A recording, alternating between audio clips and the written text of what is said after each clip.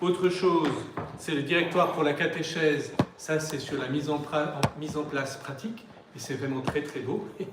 C'est très bien, je vous en parlerai après. Dans le catéchisme, vous savez qu'il y a 4 parties. Ce que Dieu nous dit, le credo, ce que Dieu nous donne, les sacrements, ce que Dieu nous demande, les commandements, la morale, et ce que nous disons à Dieu, la prière. Là, on est dans la deuxième partie, les sacrements. Parmi les sacrements, combien y a-t-il de sacrements? 7. Combien de familles de sacrements? 3. Les 3 premiers sacrements, qui sont les sacrements de l'initiation chrétienne, qui font de nous des chrétiens, baptême, confirmation, Eucharistie. Ensuite, les sacrements de... Non. Guérison. Guérison, réconciliation, sacrement des malades. Et enfin, des sacrements pour la mission, si on peut dire, le mariage et l'ordre. Nous sommes dans la deuxième partie, les sacrements de guérison. Et je vous lis juste, pour commencer, attendez, que je ne dise pas de bêtises, on a dit jusqu'à... Il y a une aide pédagogique là qui va bien m'aider pour pas éviter de trop dépasser, jusqu'à 15. Donc il est 25. 15, c'est quoi? Ça fait de 15 à 25, 40. Hop. Donc je vous lis juste, pour commencer, l'introduction de cette partie-là dans le catéchisme. Par les sacrements de l'initiation chrétienne, l'homme reçoit la vie nouvelle du Christ. Or, cette vie que nous portons en des vases, cette vie, nous la portons en des vases d'argile. C'est le numéro 1420 du catéchisme de l'Église catholique. Maintenant, elle est encore cachée dans le Christ en Dieu. Nous sommes encore dans notre demeure terrestre, soumise à la souffrance, à la maladie et à la mort. Cette vie nouvelle d'enfant de Dieu peut être affaiblie et même perdue par le péché. Numéro 1421, le second.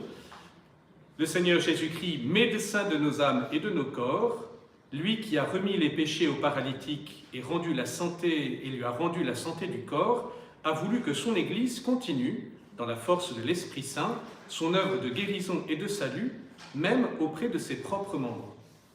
C'est le but des 2 sacrements de guérison, sacrement de pénitence et l'onction des malades. Sacrement de pénitence plus pour l'âme, le sacrement des malades plus pour le corps, mais en fait l'un et l'autre sont intimement liés. Voilà un peu comment se situe le sacrement de la réconciliation, qui porte toutes sortes de sacrements de pénitence et de réconciliation, la confession, etc. Tous ces noms sont aussi expliqués dans le catéchisme, et en fait dans ce qui suit après. Pour l'instant, ça va? Bien. Alors, pour resituer un peu ce sacrement de manière générale, je crois il est bon de nous souvenir qui est Dieu. La définition de Dieu en 3 mots. Première lettre de Saint Jean. Est-ce que vous vous souvenez de cette définition de Dieu? Enfin, pour moi, c'est la définition de Dieu que... Non. Non plus.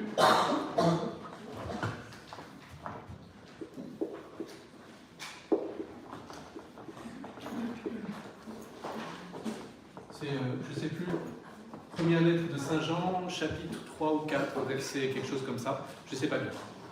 Et en fait, c'est là le propre de notre foi chrétienne. Nous croyons en un Dieu qui n'est que amour. Vous disiez très justement, vous parliez de la Trinité, le Père, le Fils,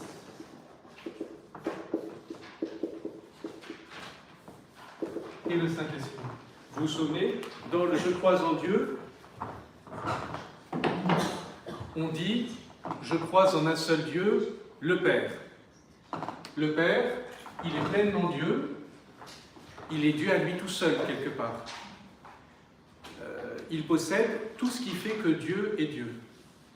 Mais sans cesse, on dit l'éternité, dans un temps qui n'a ni commencement ni fin, en fait c'est un présent incessant, le Père engendre son Fils en se donnant à lui. Donc je crois en Dieu, on dit engendrer, non pas créer, consubstantiel au Père. Ça va? C'est juste la partie compliquée, mais après on verra ce que ça veut dire. Et le Fils, éternellement, il se redonne au Père tout entier.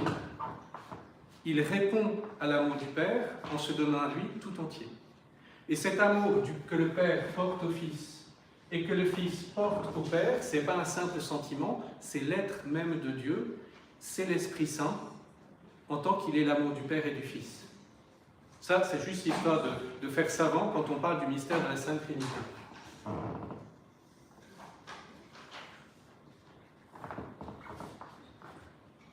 Donc on en tire les conséquences. Le Père, il est pleinement Dieu, à lui tout seul, mais ce qu'il a, ce qu'il possède, et surtout ce qu'il est, en fait, c'est la même chose, il le donne tout entier au Fils. Et comme le Fils, comme le Père, il est pleinement Dieu, il se donne tout entier au Fils, le Fils est pleinement Dieu. Tout ce qui est au Père est à moi, tout ce qui est à toi est à moi, tout ce qui est à moi est à toi, dit Jésus dans l'Évangile. Ce n'est pas simplement au niveau de la voix, c'est au niveau de l'être même. Le Fils est Dieu parce que le Père lui donne sa vie et lui donne d'être Dieu, éternellement. Ce n'est pas pour rabaisser le Fils, mais c'est que le Fils existe parce qu'il est engendré par le Père. Il reçoit sans cesse son être du Père et il se redonne sans cesse au Père. Il répond par tout lui-même, par l'offrande de tout lui-même à l'amour du Père. Et cet amour, qui est don, le don du Père et du Fils, c'est le Saint-Esprit, troisième personne de la Sainte Trinité. Pour moi, c'est plus facile de comprendre le Père de ce point de vue-là. Le Fils, c'est un peu plus... c'est moins évident dans cette explication. Mais en fait, le Père, il est Dieu, il est pleinement Dieu, et il est distincté du Fils et du Saint-Esprit. Le Fils, il est pleinement Dieu, et il est c'est pas le Père, c'est pas le Saint-Esprit. Et le Saint-Esprit, il est pleinement Dieu, et il n'est ni le Père, ni le Fils. Ce n'est pas trois visages d'un même Dieu, ce sont trois personnes distinctes qui partagent le même être. En philosophie thomiste, on dira la même substance, on traduirait la même essence, ce qui fait que quelqu'un est quelqu'un. Bon, voilà. Alors, ça, c'était histoire de poser des trucs. Qu'est-ce qui compte dans cette affaire et qu'est-ce qui compte pour la confession? C'est que, en Dieu, il y a un don d'amour incessant. Dieu existe en se donnant et en se recevant par amour. Le Fils existe en se recevant éternellement du Père, pas simplement en accueillant son amour, en accueillant du Père le fait même qu'il existe et tout ce qu'il est. Il est un être qui se reçoit et qui répond en se donnant tout entier au Père par amour. Et ça compte, parce que dans le récit de la Genèse, il est dit que Dieu créa l'homme à son image, à l'image de Dieu, il le créa, homme et femme, il les créa. Ça veut dire que Dieu nous a créés, il nous a fabriqués à partir de rien, contrairement à ce que le Père fait par rapport au Fils, mais il nous a fait sur le modèle de ce qu'il est. Et en fait, derrière, c'est qu'il veut nous partager son propre bonheur, celui qui consiste à aimer de manière éternelle, totale, plénière, en se recevant, parce que nous on est du côté du Fils, on a été, par le baptême, enfin je fais un lien tout de suite, mais par le baptême nous devenons enfants de Dieu. Ça veut dire, nous sommes rendus semblables au Fils. Nous sommes des gens qui recevons, de fait si j'existe, ça ne vient pas de moi. Ça vient de ce que, humainement, mes parents m'ont donné la vie. Et derrière, c'est Dieu qui m'a donné la vie, qui a infusé mon âme, qui m'a donné l'âme au moment de ma conception. Donc ma vie, elle me vient d'un autre. Je n'ai pas choisi de vivre. À l'image du Fils qui se reçoit sans cesse du Père. Et nous sommes invités à apprendre, à répondre à cet amour par notre propre amour. Au passage, c'est là qu'on comprend la dimension humaine. Quand même, le bon Dieu a bien fait les choses. c'est que à la base, c'est le mariage. C'est-à-dire, nous avons été faits, notre vocation naturelle, c'est l'union homme et femme avec une autre personne, où on va pouvoir apprendre dans la vie quotidienne ce don, cet accueil et ce don. Ça va se vivre de manière naturelle à travers toute cette histoire que des familles vivent. Ce n'est pas des grandes théories, c'est quelque chose en pratique. Et la vocation religieuse, c'est comme une... comment dire, c'est pas la chose naturelle, c'est surnaturel, c'est un don en plus, mais ce n'était pas inscrit dès le début. C'est quelque chose qui viendra seulement grâce à Jésus. Mais j'allais dire, le mode normal de vivre de ça, mais en attendant, c'est que dans une famille, il est évident qu'on ne peut que recevoir et donner. S'il y a un égoïsme qui se vit là-dedans, en fait, on va droit dans le mur. Il faut forcément, alors je dis ça sans être marié, et sans connaître ça, mais il me semble que les époux, ils ne peuvent pas faire autrement. Il y a forcément une confiance, il y a forcément un accueil de l'autre, il y a forcément un don à l'autre, et ce don qui se déploie en plus dans les enfants, dans l'idéal, et qui nous fait vivre de tout ça. Donc c'est le mode que Dieu a inventé pour nous faire découvrir ça à travers notre humanité, le don. Alors, avec toutes les limites que nous pouvons rencontrer, n'empêche que le modèle, il est là, et on va voir que c'est plus qu'un modèle, c'est aussi le moyen de le vivre, la source de grâce. En fait, pour comprendre le sacrement de réconciliation, et pour comprendre ce qu'est un péché, il faut d'abord comprendre ce que Dieu vit, de se donner, celui de se recevoir. C'est pour ça qu'il nous a fait, et en fait, la confession, ce n'est pas d'abord un exercice pénible où on va s'humilier, c'est un lieu de guérison où on va restaurer ce que le péché a blessé. Ça va? Alors, donc voilà, vous savez, donc le Père, le Fils, le Saint-Esprit, quand Dieu a créé l'homme à son image, c'est Adam et Ève. Je ne suis pas un fanat de la chute, mais c'est le moyen de faire ça rapidement. Hein. Il les a créés dans le paradis terrestre et il leur a donné d'exister. Et il les a invités à répondre, c'est-à-dire à vivre à l'égard de Dieu ce que le Fils vit à l'égard du Père, se recevant tout entier de Dieu et se redonnant tout entier à Dieu. Et là, c'était à travers un acte, celui de ne pas manger du fruit de l'arbre de la connaissance du bien et du mal. On sait que ce n'est pas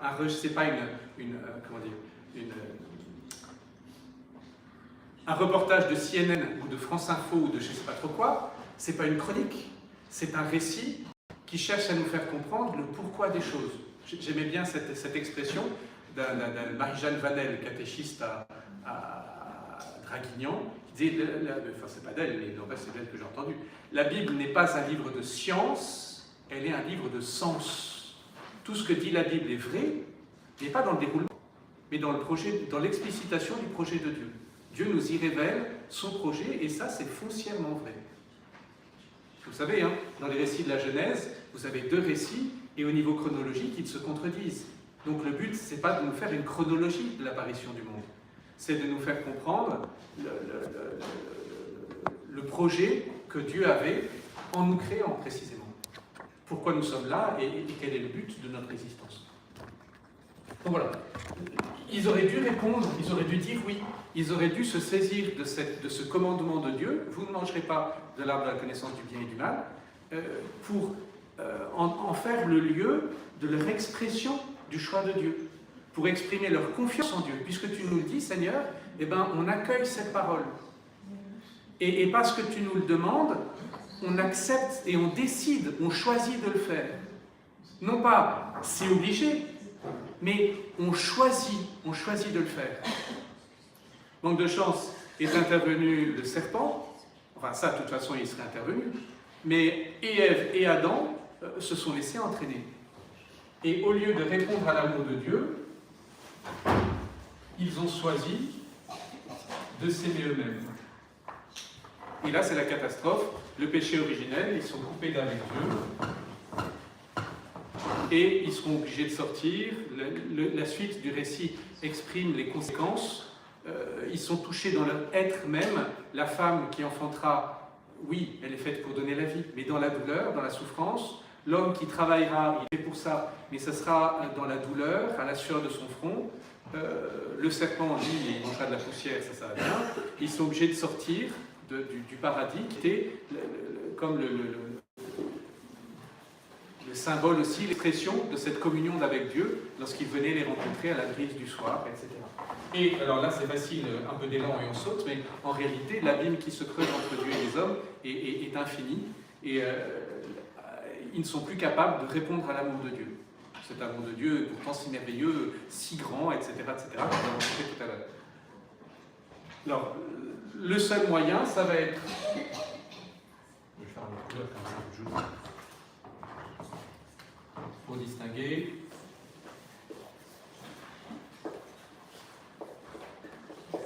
Le Fils de Dieu qui va se faire homme,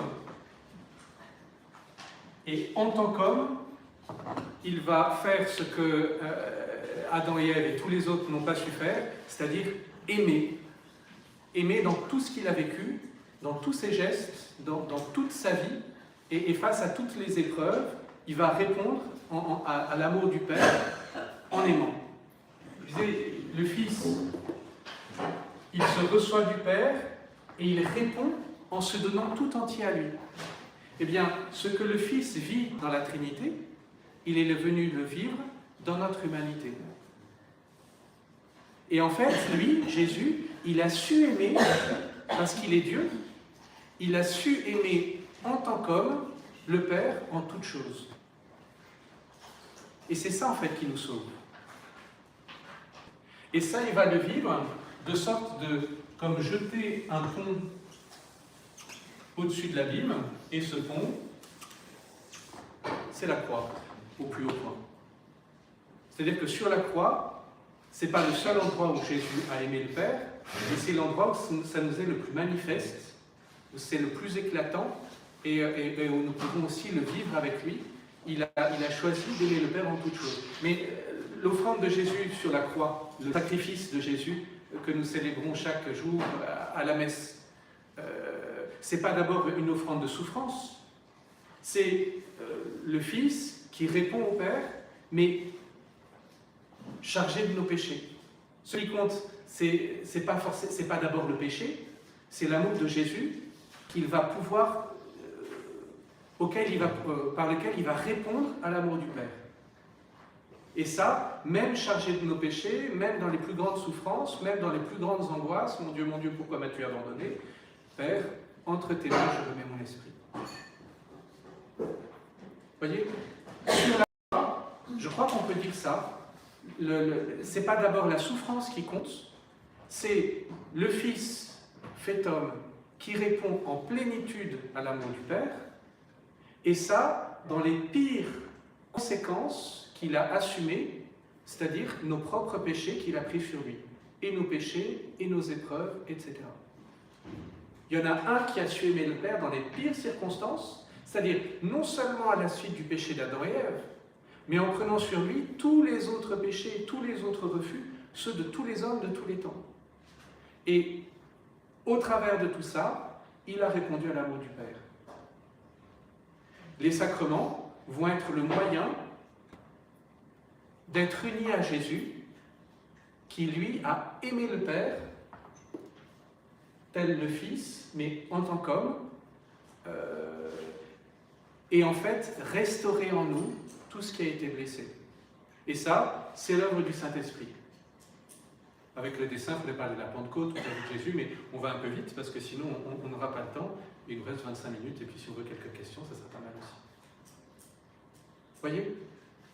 Quand on dit, je ne connais pas beaucoup de citations, hein, mais quand le directeur pour la catéchèse de 1997 disait que le but de la catéchèse, c'est non seulement, si certains se souviennent exactement de la citation, ce sera encore mieux, mais c'est pas simplement d'entrer en contact, mais en communion avec Jésus-Christ. C'est que ce n'est pas simplement de parler de Jésus, c'est de permettre la catéchèse, à ce titre-là, ce n'est pas seulement pour les enfants, c'est à tous, c'est l'acte de transmission. C'est de permettre à tous, non seulement de connaître des choses au sujet de Jésus, mais de pouvoir être unis à lui, de pouvoir nous unir à lui. Ça, c'est l'œuvre du Saint-Esprit, avec notre accord, notre volonté, notre démarche, mais c'est l'Esprit Saint qui nous unit à Jésus et qui, en fait, nous fait vivre de ça, nous restaure. Et bien plus que ça, le but de la vie chrétienne, c'est pas d'être pardonné de nos péchés. Le but de la vie chrétienne, c'est de vivre en pleine communion. Et pour cela, ça passe par le pardon des péchés, la guérison, ça passe par dans cette partie du catéchisme de l'Église, on explique le but, la conversion des baptisés, autrement dit, cette mise à la suite de Jésus. Ce n'est pas simplement un aspect négatif, c'est un aspect d'entrer et de mettre nos pas dans les pas du Christ par la grâce de l'Esprit Saint, pour aller vers le Père. On va parler des trois. Jusque-là, ça va? Et c'est là, du coup, que ça devient quelque chose d'extraordinaire. On dit des sacrements, dans les 7 sacrements, ceux qui viennent d'abord, c'est les sacrements de l'initiation. Le baptême, qui a 2 effets, comme l'eau, qui a 2 usages. Le premier usage de l'eau, primordial, de quoi s'agit-il? Qu'est-ce qu'on fait avec de l'eau? Non, non. Ben non, cela, c'est secondaire, ça, c'est second. Qu'est-ce qui est premier? On boit.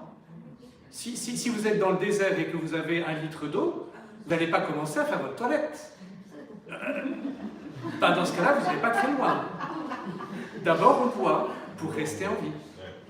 J'ai le souvenir, quand on était au séminaire, on a eu la chance de faire un pèlerinage en Terre Sainte. Et on a fait un petit tour dans le désert. Des séminaristes ont commencé à prendre leur gourde et à verser de l'eau sur la tête. Ils se sont fait, nous sommes fait incendier. Mais en disant, mais vous êtes malade, vous vous rendez pas compte. L'eau, c'est précieux. L'eau, c'est fait pour boire.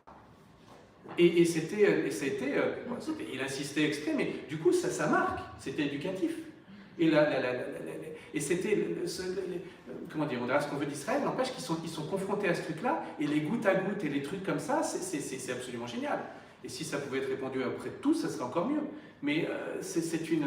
Non, mais je ne dis pas ça, pardonnez-moi, je profite juste de la réflexion que vous avez faite, exprès en vous en remerciant beaucoup, pour nous faire découvrir justement que, même dans notre vie chrétienne, c'est cet aspect de vie qui est premier. Pour vivre, il faut être guéri. Mais le but, ce n'est pas d'abord ce qui est premier, c'est justement cette vie chrétienne. Et deuxième effet de l'eau, effectivement, on se lave, merci infiniment. Ça permet justement d'être, c'est l'aspect du pardon des péchés. Eh bien, aujourd'hui, avec le sacrement de réconciliation, on a droit, attention, ce que je vais dire est faux, mais partiellement vrai, on a droit à un deuxième baptême. C'est ça qu'il faut se penser. Bien évidemment, on ne devient pas, on est enfant de Dieu. Une fois qu'on a reçu le baptême, nous sommes nés à la vie divine. Nous avons été unis à Jésus au point de devenir enfants de Dieu. Mais ça, c'est fait une fois pour toutes. Vous vous souvenez, on parle de sacrement à caractère, c'est-à-dire cette marque d'amour que l'Esprit Saint imprime dans notre âme, cette marque d'appartenance à Dieu, qui fait qu'aucun péché ne pourra supprimer cela. Quand on est enfant de Dieu, quand on est à la vie divine, N-A-I-T, ouais, on est enfant de Dieu pour l'éternité, E-S-T. Donc on peut, et ça, quoi que ce soit, même le pire des hommes, même le pire des tortionnaires qui auraient massacré des millions de gens, s'il avait été baptisé, eh bien, il demeurera enfant de Dieu. Rien ne peut briser cela. En revanche, la communion avec Dieu peut être blessée. Alors, ça a été guéri une première fois, restauré par le sacrement du baptême, mais cette guérison, on peut la recevoir à nouveau dans le sacrement de la réconciliation. Et du coup, on comprend la joie qu'il y a. Parce que la confession, ce n'est pas d'abord une plaie, parce que légalement parlant, il faut se confesser au moins une fois par an, nous dit l'Église, comme elle nous dit, il faut communier au moins une fois par an. C'est-à-dire c'est le minimum vital. Si vous n'allez pas chez le dentiste régulièrement, vous retrouverez avec des dents qui tombent et ça ne ira pas bien du tout. Donc ça, on comprend bien humainement qu'il faut y aller. Ou chez le médecin, pour un suivi. Et on ne s'en plaint pas. Ou bien c'est pas forcément très agréable, mais on sait que si on n'y va pas... et pourquoi on ne vit pas la confession de la même façon? Déjà à la base. Mais en fait, la confession, c'est bien plus que ça.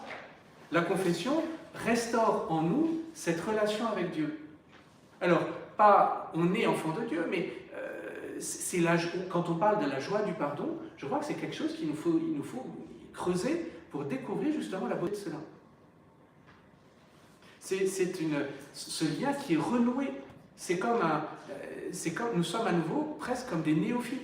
Vous savez, on parle beaucoup du catéchuménat, qui devrait être comme le modèle de notre vie chrétienne. Et on dit, oh, ils ont de la chance, les catéchumènes, ils ont découvert l'amour de Dieu, etc., etc. Alors après, c'est la question de comment ils sont accueillis, tout ça, c'est un autre problème. C'est formidable, cette expérience, comme on aurait voulu, nous aussi, faire ce truc à la vie adulte, etc. Pas comme les enfants, vous savez, parce qu'on leur impose, et puis après le catéchisme, c'est rasoir, et puis voilà, alors que là, ils auraient l'occasion de découvrir. Eh bien, on a exactement la même occasion à travers le sacrement de réconciliation. Je peux faire la même expérience de l'alliance renouvelée avec ce Dieu qui m'aime tant, qui m'a créé pour vivre de son propre bonheur, qui veut me combler. Et la seule limite qu'il y a à l'amour que Dieu me porte, c'est la manière dont je l'accueille et dont j'en vis. Si, comment dire, sauf qu'elles sont gelées en ce moment, prenez les chutes du Niagara, allez-y avec une bouteille ou un verre. Si vous mettez dessous, il n'y a pas de problème, ça se remplit. Mais si votre bouteille a le bouchon, ça rend beaucoup des très fort, l'eau, elle ne rentre pas. Et pourtant, un bouchon, c'est pas grand-chose. Hein. C'est quelques grammes de métal. Mais bien vissé sur une bouteille, l'eau ne pourra jamais rentrer. Pourtant, c'est les chutes du Niagara, hein, c'est pas n'importe quoi. C'est pas un filet d'eau dans une fontaine en été, ici, où il n'y a plus rien. Non, c'est immense. Et l'amour de Dieu pour nous est encore plus grand que ça. Mais si nous ne nous ouvrons pas, si nous refusons cet amour-là, si par des actes que nous avons posés, nous nous sommes fermés à ça, eh bien ça ne rentre pas. Ça va rentrer par nous, mais il y a toujours une grâce qui va nous accompagner, qui va nous permettre, si on le veut, parce qu'il faut aussi la grâce pour ça. Mais n'empêche qu'on ne peut pas l'accueillir pleinement. Et au contraire, il suffit juste de retirer cette fine pellicule pour pouvoir accueillir l'immensité, l'océan entier qui se déverse dans nos âmes. C'est là que c'est extraordinaire. Et c'est ça aussi que du coup il nous faut faire découvrir aux enfants. Les enfants, ils vont s'arrêter sur l'aspect mécanique, c'est-à-dire la préparation, revenir sur toutes les bêtises qu'on a faites, et ensuite les dire à un étranger avec toujours la crainte qui nous gronde et qu'il en parle aux parents. Sauf que l'Église, dans sa sagesse, a bien mis ces deux choses impossibles. Le secret de la confession et l'encouragement, qui n'est pas une séance de grondage. Je ne sais pas si c'est comme ça. Et de toute façon, le secret de la confession qui fait qu'on ne peut pas en parler. Ça, il faut que les enfants, ils ne peuvent pas le savoir si on ne leur explique pas. Mais par-delà ce truc-là mécanique, l'accusation, le fait de reconnaître nos péchés avec le sincère regret, c'est une ouverture à cet amour immense de Dieu, étant donné que c'est une révélation de la part de Dieu, on ne peut pas le découvrir de manière naturelle, il faut en recevoir par d'autres la bonne nouvelle. Et c'est là qu'est notre rôle de catéchiste. Vous voyez, cette dimension de révélation est essentielle. C'est que c'est pas quelque chose qu'on peut découvrir par nous-mêmes. D'où l'importance et la place de la parole de Dieu dans notre vie chrétienne. C'est au travers de l'Écriture, transmise par l'Église, mais au travers de l'Écriture que nous pouvons découvrir peu à peu qui est Dieu. C'est d'autant plus vrai que la Bible n'est pas un livre de sagesse, tel les sagesses indiennes et tout ce que vous voulez, parce que là c'est le fruit de l'expérience d'un sage, d'un yogi, d'un truc, d'un machin, en plus vous payez très cher dans ces cas-là. La Bible a un auteur humain, des auteurs humains, des hommes, mais d'abord son auteur, c'est Dieu lui-même, qui a inspiré ses auteurs pour transmettre son message à lui. Bon, ils vont transmettre le message avec leurs propres mots à eux, ce qui fait qu'on est obligé d'avoir un peu des notes et qu'on ne peut pas ouvrir une Bible comme ça. La Bible, ce n'est pas le Coran. Le Coran, en théorie, il a été dicté par l'ange Gabriel à Mahomet, et il est le reflet exact sur terre du Coran qui est au ciel. Donc, le Coran, c'est en théorie la parole de Dieu avec les mots de Dieu. C'est ce qui fait qu'on peut lui faire dire un peu n'importe quoi parce qu'on ne peut pas relativiser dans le contexte. La Bible, au contraire, elle a été écrite. Il y a un livre qui s'appelle 1000 ans et un jour, sur plus de 10 siècles. Et, comment dire, et par plein de personnes différentes, toutes inspirées par l'Esprit Saint, qui leur a permis de choisir dans leurs propres mots, dans leur propre histoire, leurs propres expressions, les images qui étaient les leurs pour exprimer le message de Dieu. Ça, c'est une petite parenthèse sur la Bible. Donc, l'Esprit Saint, il est à l'origine de la Bible, mais il est aussi avec nous pour comprendre ce qui est écrit. Alors, attention, il ne faut pas non plus se dire « Esprit Saint, sois avec moi, donc après, je lui fais dire n'importe quoi ». Non, il doit y avoir une cohérence sur l'ensemble de l'Écriture. On ne peut pas faire dire le contraire de ce qui est dit à côté. Et le plus simple, pour les catholiques, c'est ce qu'on appelle la tradition, la transmission, c'est-à-dire l'Église qui nous accompagne dans la lecture de la Bible. S'il existe un catéchisme de l'Église catholique, c'est bien pour nous faire comprendre que la Bible n'est pas un catéchisme. Autrement dit, on ne peut pas la lire comme le catéchisme. Il y a plein de regards différents qui sont aussi le reflet de toute l'expérience d'Israël pour l'Ancien Testament, qui fait qu'il y a des passages qui sont extrêmement violents, et des passages qui seraient proprement scandaleux. Donc, il faut, là aussi, il faut être aidé de l'Église pour arriver à comprendre. Juste un mot pour ça, c'est que Dieu s'est choisi des hommes pour transmettre son message, mais il les a pris là où il en était. Donc c'est toujours bon et vrai ce qui est dit, mais chargé parfois de leur propre expérience. Et donc il faut toujours resituer le texte dans son contexte et voir où on en est de la révélation divine, parce que c'est sûr que Abraham, au début, il ne croyait pas à la résurrection. Il ne croyait même pas en un Dieu unique. Il a fait l'expérience de Dieu, mais pour lui, c'était une divinité parmi d'autres. La pensée de la résurrection apparaît avec le livre des Maccabées. C'est le fondement du purgatoire, d'ailleurs, là-dedans, un des fondements scripturels du purgatoire. Donc toute cette révélation, Dieu l'a faite peu à peu, un peu comme au désert, il a entraîné le peuple pour lui faire expérimenter son amour et le fait qu'il l'accompagnait. Et ben, le peuple d'Israël a marché, et c'est leur grandeur.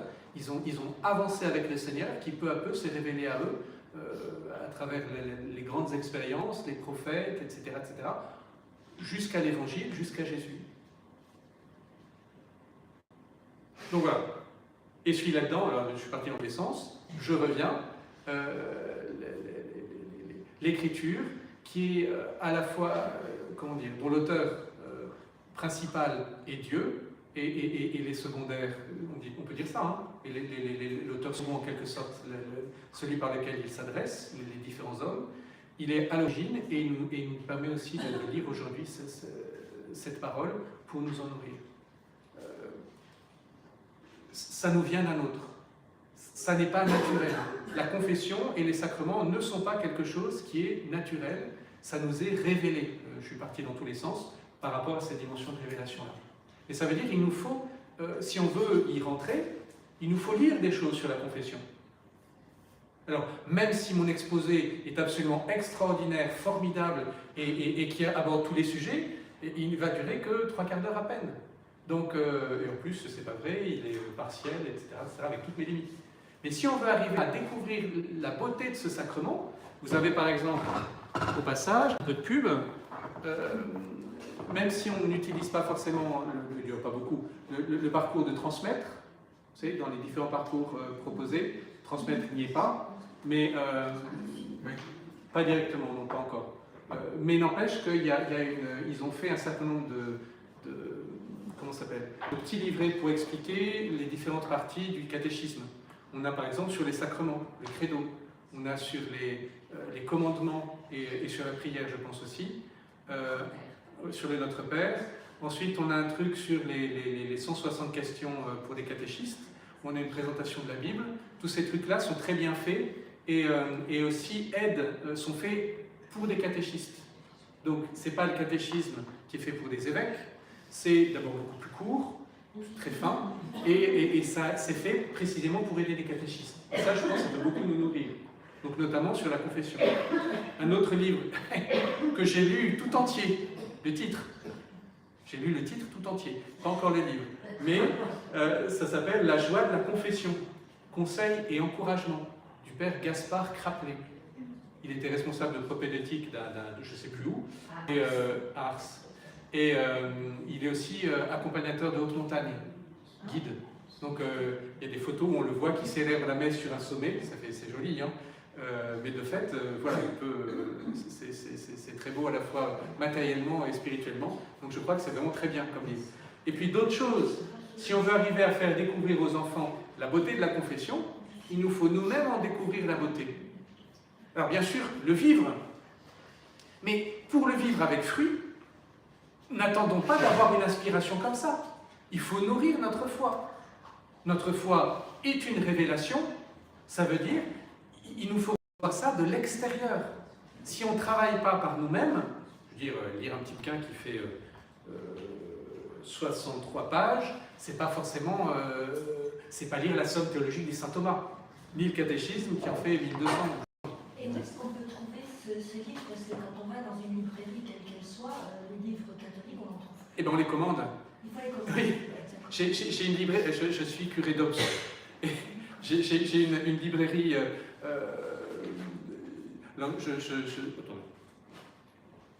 Je ne suis pas sûr, mais à mon avis, la librairie chez nous, c'est Libre Penseur. Mais ils sont ravis quand j'achète mes bouquins de Madeleine Russoka ou de ça. Hein, je le commande chez eux. Ça met juste un peu plus de temps et ça marche très bien. Au pire des cas, vous avez aussi en ligne toutes sortes de librairies. Librairie d'Emmanuel, la Procure, on ne parlera pas d'Amazon. Alors si, vous avez aussi, alors juste une dernière chose, un peu de pub, vous avez un site qui s'appelle Chasse aux livres. Chasse aux livres. C'est un métamoteur, c'est-à-dire c'est un site qui est un moteur de recherche et qui va chercher sur beaucoup de sites de vente d'occasion le prix le meilleur prix. Et du coup, ça permet comme ça de... Donc tout ça, vous pouvez l'avoir et vous pouvez le commander. Après, vous avez ici, dans le diocèse, des librairies catholiques, librairie Saint-Joseph, librairie de l'Enfant Jésus à Toulon, à Sanctuaire, à Cotignac, vous avez la librairie du Sanctuaire. Donc là aussi, vous pouvez leur commander des bouquins. À Saint-Maximin, vous avez la librairie du Sanctuaire de la Sainte-Baume. Donc vous pouvez leur commander aussi des bouquins. Mais même votre libraire, s'il accepte, peut tout à fait vous procurer tous ces bouquins.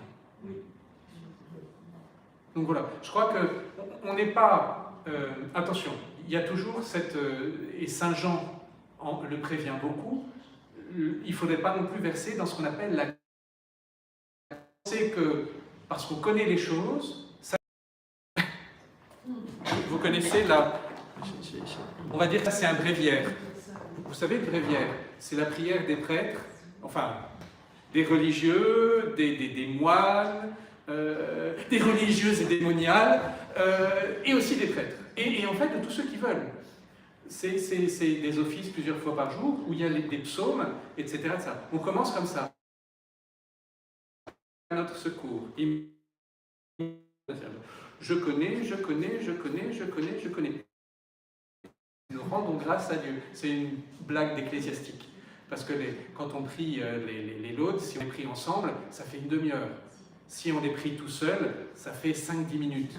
Mais là, c'est comme, vous savez, comme si les enfants, parfois, quand on va un peu vite, c'est, pour le Je vous salue, c'est Je vous entraille et bénis. Donc ça serait penser qu'il suffit de dire pour être sauvé. Il suffit de lire pour être tranquille. Non. Si on lit, c'est fait pour être mis en pratique. Hier, on avait l'évangile du semeur. L'idéal, c'est la semence qui est semée dans la bonne terre, là où elle porte du fruit. Ça veut dire là où celui qui entend la parole, il lui permet d'accomplir son œuvre jusqu'à produire des œuvres dans notre propre vie. Donc voilà, on n'est pas gnostique, comme quoi il suffirait de connaître des trucs pour être sauvé, il faut que ce que nous entendons puisse être traduit dans nos œuvres faites par amour dans notre vie. Mais en même temps, si on n'entend pas, si on ne reçoit pas la semence, il n'y a pas grand-chose qui va pousser. Oh là, il me reste 2 minutes. Donc, j'étais trop bavard. Donc, mon propos, c'est, en fait, la sœur Véronique reprendra après les différents moments, mais c'était de resituer le sacrement de la réconciliation de manière plus générale dans le projet de Dieu. C'est-à-dire, non pas comme un acte moral, voire moral c'est très bien, moralisant, ou de déculpabilisation, ou à bon compte, ou pas d'ailleurs, on aurait la conscience tranquille. Il s'agit de restaurer cette relation qui a été nouée au baptême et en fait il s'agit d'être guéri pour continuer notre marche à la suite de Jésus vers le Père, pour vivre de la vie éternelle qui nous a été donnée le jour de notre baptême.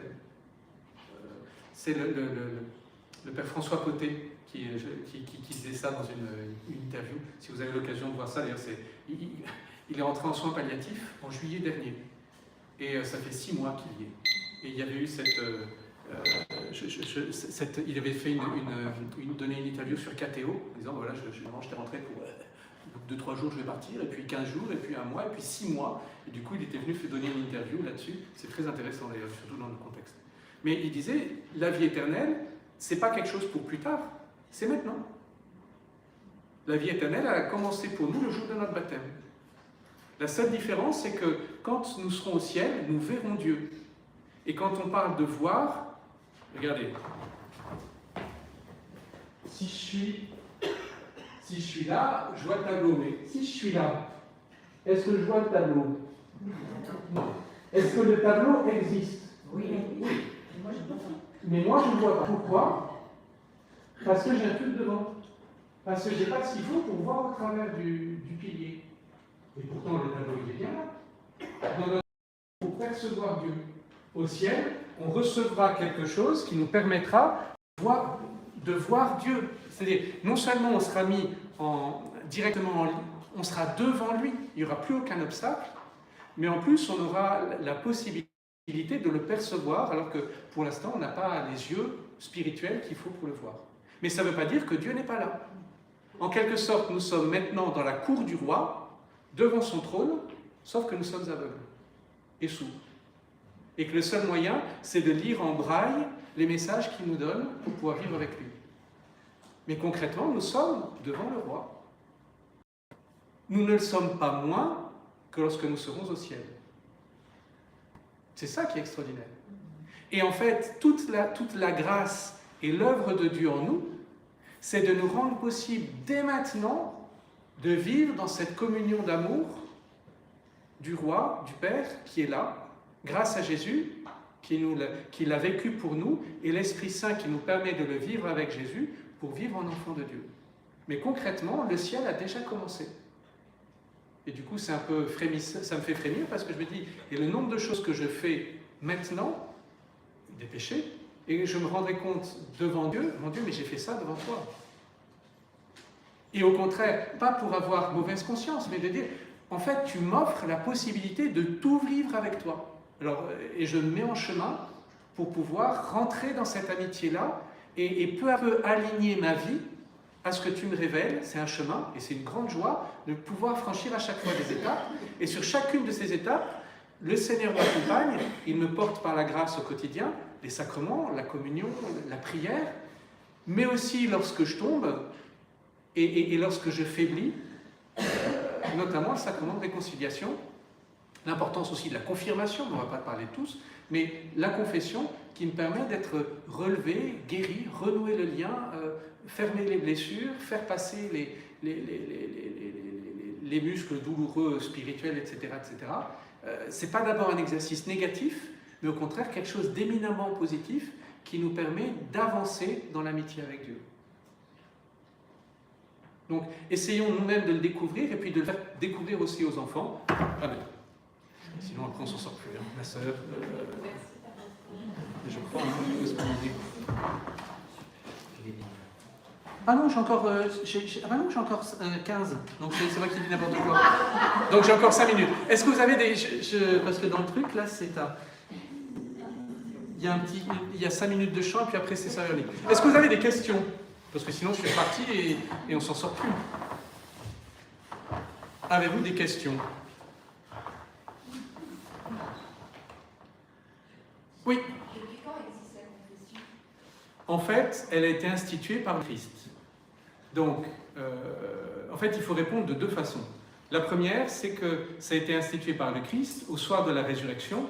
Ceux à qui vous remettrez leurs péchés, ils leur seront remis. Ceux à qui vous les maintiendrez, ils seront maintenus. Comprenez que ce n'est pas pour être maintenu, c'est... Alors, corrigez-moi si je me trompe, mais il me semble que c'est aussi une forme pour faire comprendre qu'ils ont le pouvoir de pardonner tous les péchés. Vous savez, dans le psaume 94, compris au Laude comme psaume invitatoire, il a créé les sommets des montagnes et les profondeurs de la terre sont à lui.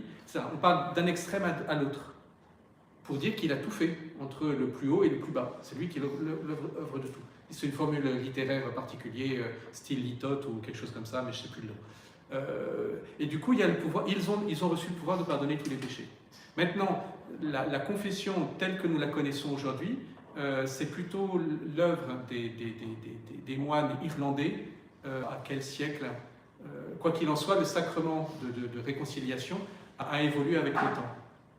À un moment, je crois qu'il était donné une seule fois, ou en tout cas, il y a eu aussi une question de confession publique, etc., etc. Maintenant, c'est quand même plus agréable de pouvoir confier nos péchés à un prêtre, pas devant les autres, etc., etc.